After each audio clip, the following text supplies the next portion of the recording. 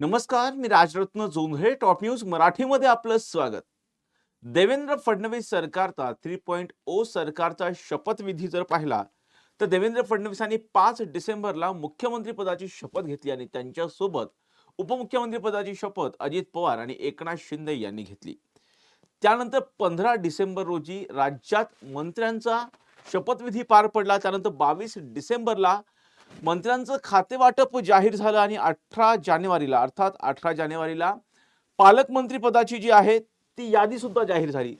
परंतु आता राज्यात जर पाहिलं तर अर्थात 43 जणांकडे मंत्रिपद आहेत. त्यापैकी 33 जणांकडे कॅबिनेट मंत्रिपद आहेत, 6 जणांकडे राज्यमंत्री पद आहेत. तर अर्थात 3 जे मंत्रिपद आहेत ज्यामध्ये आपण प्रामुख्याने मुख्यमंत्री आणि 2 उपमुख्यमंत्री आहेत. असं एकंदरीत जर पाहिलं तर 43 जणांचं मंत्रिमंडळ आहे. यामध्ये एक नवीन चर्चा सुरू झालेली आहे की राज्यमंत्र्यांकडे अनेक खाती आहेत परंतु त्यांना अधिकारच नाही, अशी चर्चा सध्या राजकीय वर्तुळात सुरू झालेली आहे. आणि त्याच अनुषंगाने आजचा आपल्या चर्चेचा विषय आहे मंत्र्यांकडे राज्यमंत्र्यांकडे अनेक खाती पण अधिकारच नाहीत. आणि या चर्चेमध्ये माझ्यासोबत आहे माझा सहकारी संकेत देशपांडे. संकेत, देवेंद्र फडणवीसांची तिसरी टर्म सुरू झालेली आहे. 15 डिसेंबरला शपथविधी पार पडला. 22 डिसेंबरला खातेवाटप जाहीर झालेलं आहे. 6 जणांना राज्यमंत्री पदाची शपथ देण्यात आली आणि आता राजकीय वर्तुळात चर्चा सुरू झालेली आहे की या राज्यमंत्र्यांना अधिकारच नाहीत. निश्चितच राजरत्न जर आपण पाहिलं तर 33 कॅबिनेट मंत्री आणि 6 राज्यमंत्री असं साधारणतः मंत्रिमंडळाचं स्ट्रक्चर जे आहे ते 15 डिसेंबरला नागपूरमध्ये या सगळ्या 39 मंत्र्यांचा शपथविधी झाल्यानंतर अस्तित्वात आलं. आणि त्यानंतर हिवाळी अधिवेशन संपता म्हणजे 22 डिसेंबर 2024ला रात्री 9:30 वाजता या राज्यपालांनी या सगळ्या यादीला, जी मुख्यमंत्र्यांनी यादी पाठवली होती त्या यादीला वर शिक्कामोर्तब केलं आणि त्यानंतर राज्यामध्ये मंत्र्यांना खातेवाटप जे आहे ते करण्यात आलं. राज्यातला आत्ता जर आपण पाहिलं तर 6 राज्यमंत्री आपल्याला असल्याचं पाहायला मिळतं आणि ज्या 6 राज्यमंत्र्यांकडे कमीत कमी 4 ते 5 किंवा काही मंत्र्यांकडे तर 5च्या वरती सुद्धा खाती असल्याचं आपल्याला पाहायला मिळतं. आणि असं असताना मात्र या राज्यमंत्र्यांकडे फारसे अधिकारच नाहीयेत. वर्ग 3 आणि 4 चे निर्णय घेण्याचे अधिकार या सगळ्या राज्यमंत्र्यांकडे आहेत. अशा चर्चा दबक्या आवाजामध्ये राज्यातलं सुरू झाल्याचं पाहायला मिळतंय. आपण जर प्रामुख्याने राज्यमंत्री आणि त्यांचे कारभार पदभार जर आपण पाहिले राज्यातलं, तर आशिष जयस्वाल जे ॲडव्होकेट आहेत त्यांच्याकडे अर्थ नियोजनासह मदत व पुनर्वसन, विधी व न्याय आणि कामगार अशा खात्याची जबाबदारी असल्याचं पाहायला मिळतं.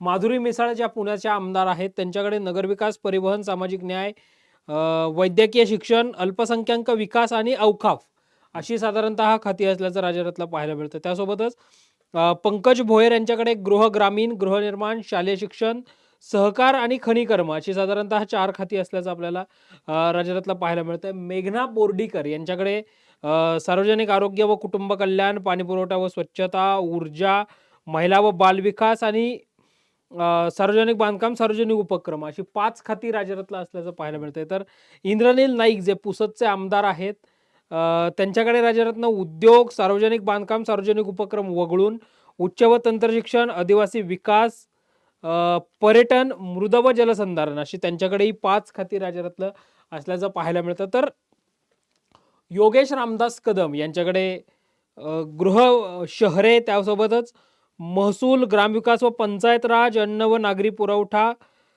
व ग्राहक संरक्षण आणि अन्न व औषध प्रशासन अशी 5 खाती राज्यरत्न असल्याचं पाहायला मिळतं.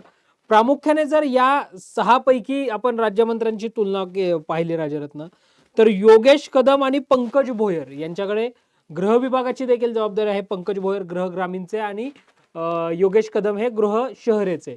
तर देवेंद्र फडणवीसांनी ज्यावेळी गृह विभाग हा स्वतःकडे ठेवला त्यावेळी आपल्या मंत्र्यांना, सहयोगी मंत्र्यांना, राज्यमंत्र्यांना त्यांच्या अधिकारांचं आदान प्रदान जे आहे ते देवेंद्र फडणवीसांनी केलेलं आहे. राज्यमंत्र्यांकडे अधिकार देवेंद्र फडणवीस यांनी दिलेले आहेत. मात्र मग मंत्र्यांनी ते अधिकार का दिले नाहीत, मंत्र्यांनी तो मनाचा मोठेपणा का दाखवला नाही, अशी चर्चा कुठेतरी राज्यातला आता दबक्या आवाजामध्ये सुरू झाल्याचं पाहायला मिळत आहे. म्हणजे एकीकडे मंत्रिपदाचा दिवा मिळालेला आहे पण तो अधिकारच नाहीत अशी गोष्ट झालेली आहे संकेत. निश्चितच राज्यरत्न असंच काहीच आपल्याला म्हणता येईल. मुळामध्ये जर आपण पाहिलं तर असं आता जे राज्यमंत्री आहेत हे सगळ्यांमध्ये प्रामुख्याने जर आपण पाहिलं तर आशिष जयस्वाल रामटेकमधलं मोठं नाव आहे, पंकज भोयर वर्ध्यामधलं मोठं नाव आहे, माधुरी मिसाळ तर 4 टर्म पुण्याच्या पर्वते मतदारसंघात निवडून गेल्या. मेघना साकोरे बोर्डीकर 2 वेळा निवडून गेलेल्या आहेत. योगेश कदम 2 वेळा निवडून गेलेले आहेत.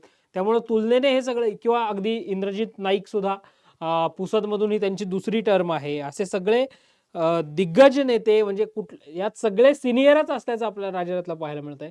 असं असताना सुद्धा एकतर काही मंत्री हे कॅबिनेट मंत्रिपदाच्या तुलनेचे होते, मात्र त्यांची राज्यमंत्री पदावर बोळवण झाली आणि त्यातही आता अगदी सुरुवातीला जर राज्यातलं आपण पाहिलं तर कार्यालयांच्या दालनांसाठी सुद्धा अनेक राज्यमंत्र्यांना संघर्ष जो आहे तो करावा लागला होता. विधिमंडळाच्या मोकळ्या पटांगणात काही जणांनी आपली कार्यालये सुरुवातीच्या काळामध्ये थाटावी लागली होती. नंतर आता विस्तारित इमारतीमध्ये मंत्रालयाच्या या मंत्र्यांना जे आहे ते कार्यालय जर मिळाली, मात्र खात्या वाटपासाठी किंवा खात्यांमधल्या अधिकारांसाठी मात्र या राज्यमंत्र्यांना झगडावं लागत असल्याचं पाहायला मिळतंय. संकेत, एका बाजूला आपण बघतोय की हे हे जे सरकार आहे ते अर्थात महायुतीच्या सरकारमध्ये 3 महत्त्वाचे घटक पक्ष आहेत, ज्यामध्ये शिंदेची शिवसेना, अजित पवारांचा राष्ट्रवादी काँग्रेस पक्ष आणि अर्थात भारतीय जनता पक्ष.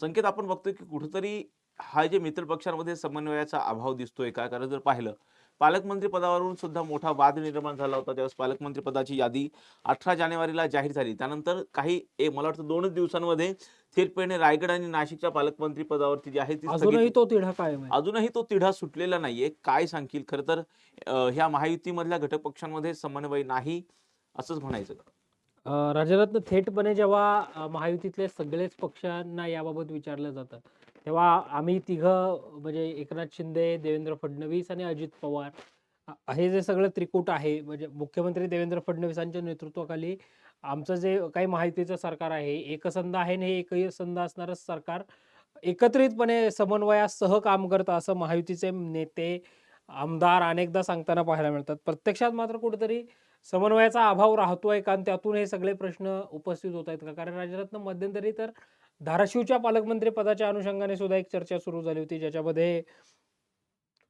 प्रताप सरनाईक यांना त्या पालकमंत्री पदावरून हटवावं अशी काही भाजप नेत्यांची मागणी आहे, अशा चर्चा राज्यातलं सुरू झाल्याचं पाहायला मिळालं होतं. मात्र प्रताप सरनाईक अजूनही त्या पालकमंत्री पदावर तिथे कायम असल्याचं राज्यातनं पाहायला मिळतं. मुळामध्ये जर आपण पाहिलं तर कुठेतरी सुप्त संघर्ष महायुतीमध्ये अंतर्गतच सुरू आहे का? 3 पक्षांमध्ये कुठेतरी सुप्त संघर्ष सुरू आहे का? किंवा मग दुसरं काही आणखीन काही अनपेक्षित गोष्टी महाराष्ट्राच्या राजकारणामध्ये घडणार आहेत का? असे सगळे प्रश्न राज्यातनं या सगळ्याच्या निमित्तानं उपस्थित होताना पाहायला मिळत आहेत. संकेत, निश्चितपणे जर पाहिलं तर एका बाजूला 3 घटक पक्ष आहेत, त्यामुळे कुठेतरी माहितीच्या नेत्यांमध्ये कुठेतरी समन्वयाचा अभाव दिसतोय. कारण सातत्याने येत असलेली विधानं, सातत्याने एकनाथ शिंदेनी व्यक्त केलेली नाराजी, त्यानंतर माध्यमांसमोर येऊन म्हणलं की मी नाराज नाही माध्यमांमध्ये, तशा पद्धतीच्या बातम्या सातत्याने पाहिलं. एकनाथ शिंदेचे बदलले गेलेले निर्णय, थेटपणे त्यांच्या मंत्र्यांनी एकनाथ शिंदे मुख्यमंत्री पदी असताना घेतलेल्या निर्णयाला देण्यात आलेली स्थगिती, अर्थात आपण तत्कालीन आरोग्यमंत्री तानाजी सावंत यांच्याविषयी बोलतोय. त्यामुळे कुठेतरी शिंदेमधल्या मंत्र्यांमध्ये कुठेतरी नाराजी आहे. आणि आता दुसरी एक महत्त्वाची गोष्ट म्हणजे कॅबिनेट मंत्र्यांकडून एका बाजूला हे जे आपल्यासोबत मित्रपक्षासोबत असणारे जे आमदार आहेत, आता जे मंत्री झालेले आहेत, जे राज्यमंत्री आहेत, त्यांना कुठेतरी एकत्रितपणे एकसंध ठेवणं आणि महायुती कशा पद्धतीने मजबूत होईल यासाठी प्रयत्न करत असताना अशा पद्धतीनं थेटपणे कॅबिनेट मंत्र्यांना अधिकारच मिळत नाहीत.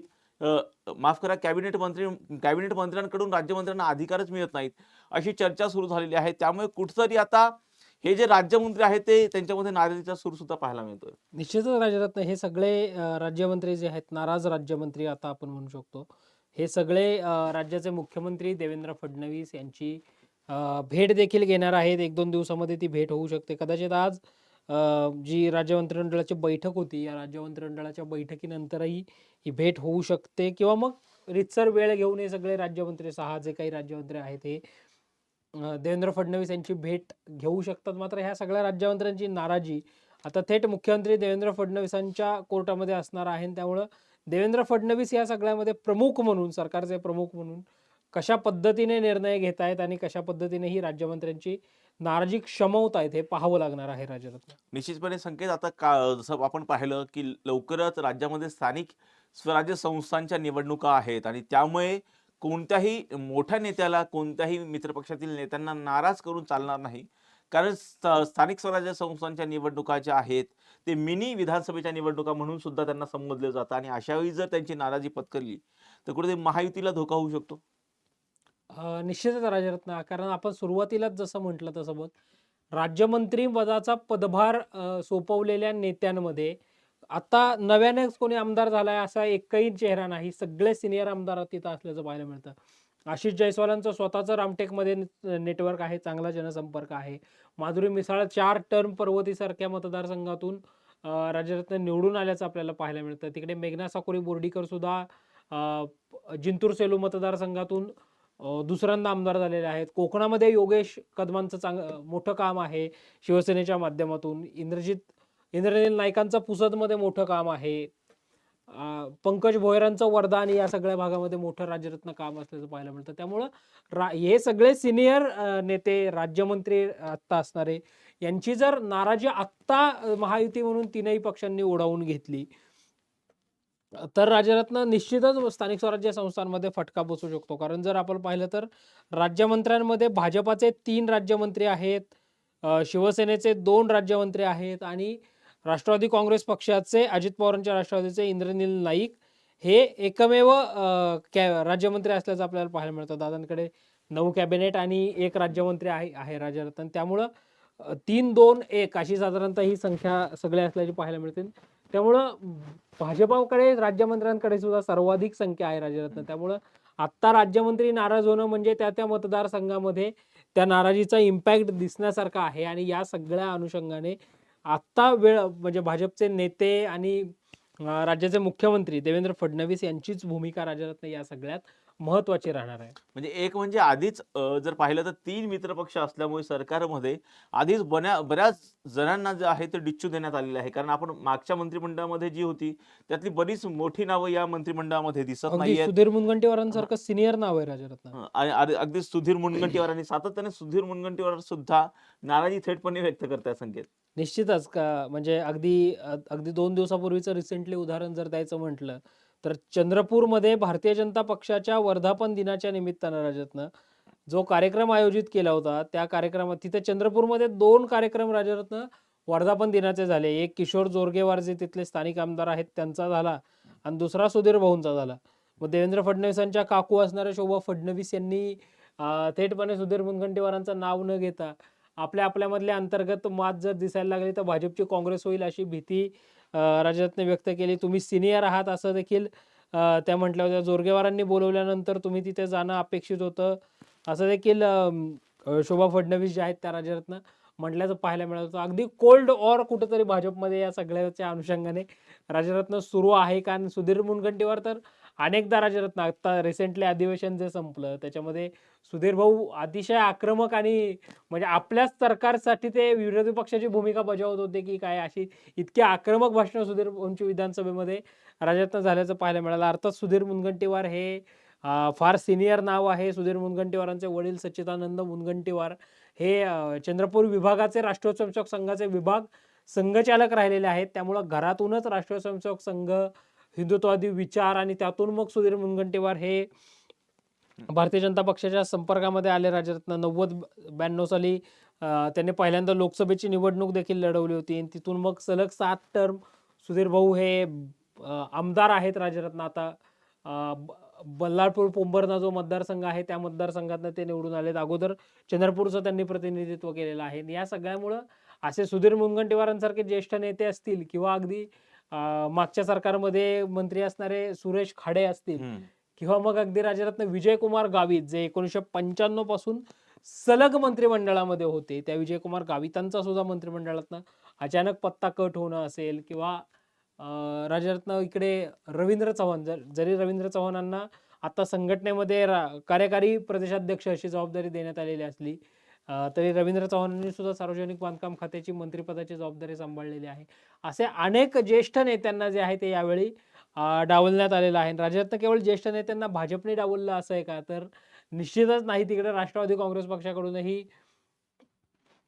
राजरत्न अगदी दिलीप वळसे पाटील असतील किंवा छगनराव भुजबळ असतील अशा अनेक चेहऱ्यांना राजरत्न डावलण्यात आलेलं आहे. इकडे जर आपण पाहिलं शिवसेनेमध्ये तर नरेंद्र भोंडेकर असतील किंवा प्रमुख जे काही सगळे चेहरे राजरत्न आपल्याला म्हणता येतील अशा अनेक चेहऱ्यांनी त्यावेळी नाराजी सुद्धा राजरत्न स्पष्टपणे व्यक्त केली होती. मात्र आता हे सगळे पक्षामध्ये स्थिरावल्याचं आपल्याला पाहायला मिळतंय. त्यामुळं अगोदरच काही मंत्रिपद न मिळाल्यामुळे नाराज असणारे आमदार आणि त्यात आता राज्यमंत्रीपद मिळाल्यानंतरही अधिकार मिळत नाहीत म्हणून नाराज झालेले राज्यमंत्री, या सगळ्याचा फटका किंवा या सगळ्याच्या अनुषंगाने भाजप नेते आणि महायुतीचे नेते नेमकी काय भूमिका घेत आहेत, 3 पक्ष म्हणून कसा समन्वय कॅबिनेट आणि राज्यमंत्र्यांमध्ये साधला जातोय, हे पाहणं आगामी काळामध्ये महत्वाचं आहे राजरत्न. निश्चितपणे राज्याचे मुख्यमंत्री देवेंद्र फडणवीस राज्यमंत्र्यांची जी नाराजी आहे, कारण कॅबिनेट मंत्र्यांकडून राज्यमंत्र्यांना अधिकारच दिले जात नाहीत, अशी कुठेतरी नाराजी राज्यमंत्र्यांमध्ये आहे. यावरती राज्याचे मुख्यमंत्री देवेंद्र फडणवीस काय तोडगा काढतात हे पाहणं सुद्धा महत्त्वाचं असणार आहे. आणि या प्रत्येक घटनेचे अपडेट आम्ही टॉप न्यूज मराठीच्या माध्यमातून आपल्यापर्यंत पोहोचवणारच आहोत. यासाठी पाहत राहा टॉप न्यूज मराठी, आपला महाराष्ट्र, आपली बातमी.